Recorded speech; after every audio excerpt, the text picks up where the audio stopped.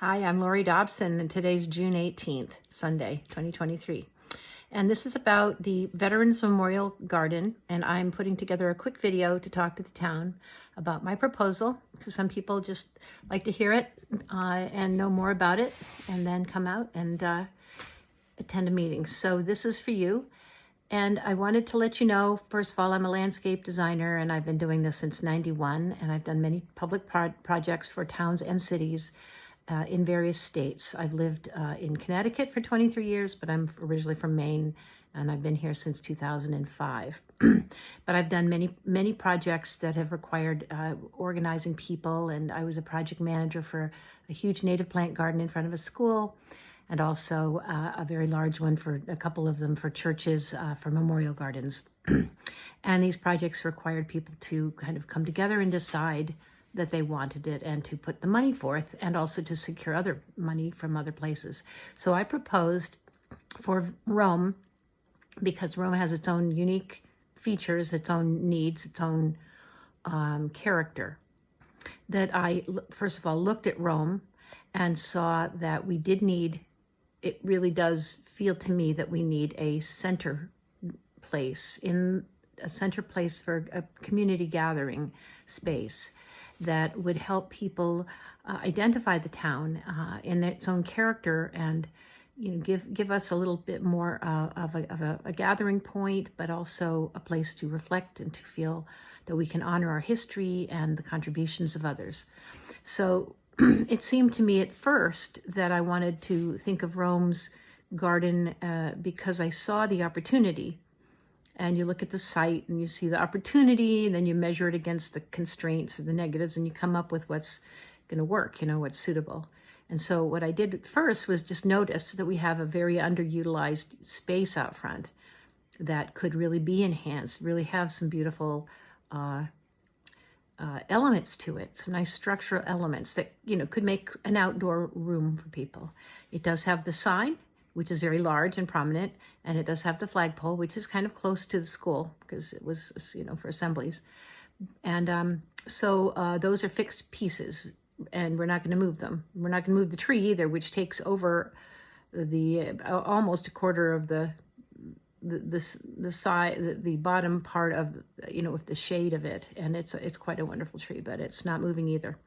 So given those three immovable pieces, how will we make a space for people to want to come into and feel that they can enjoy it and feel that it's a created space? And so that would require plants, and it would also require stonework, because it needs to be, in my view, and for a dignified space for suitable for a veterans memorial, would be that it's permanent, that it's and you want to design for permanence and also for lasting human value. We don't want it to only last a decade or two.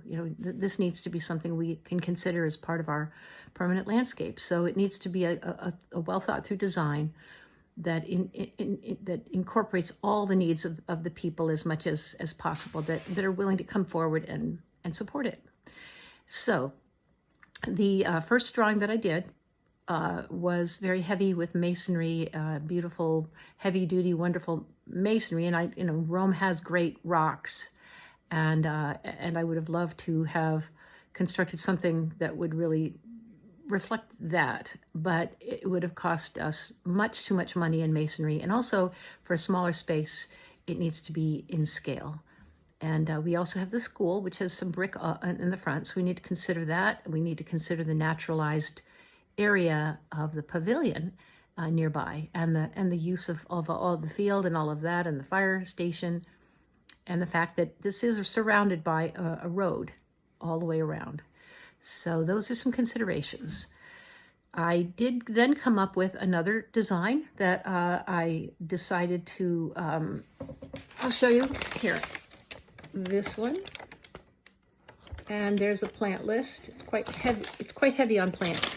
And I felt that we don't really need to be so intense with the planting, and we don't need to make it so that there's several walkways around. It needs to have a simplified walking plan, and this would have been, fun in a botanical garden, but we don't need to reconstruct that. We're not trying to build an arboretum. We're trying to have a garden that's part of a place for people to come and sit and honor the veterans and others who've contributed and sacrificed for our town and our country. So then I've come up with another design. I said, well, okay, go back to the drawing board. What would you like to see in a more, scaled down and more circulation clear, but also clear for people to be in to enjoy it at the same time, but a little bit more of a smoothed out traffic pattern. And keeping in mind that the sign is there, and I don't want to ignore that. It's got some potential behind it and around it that can be used.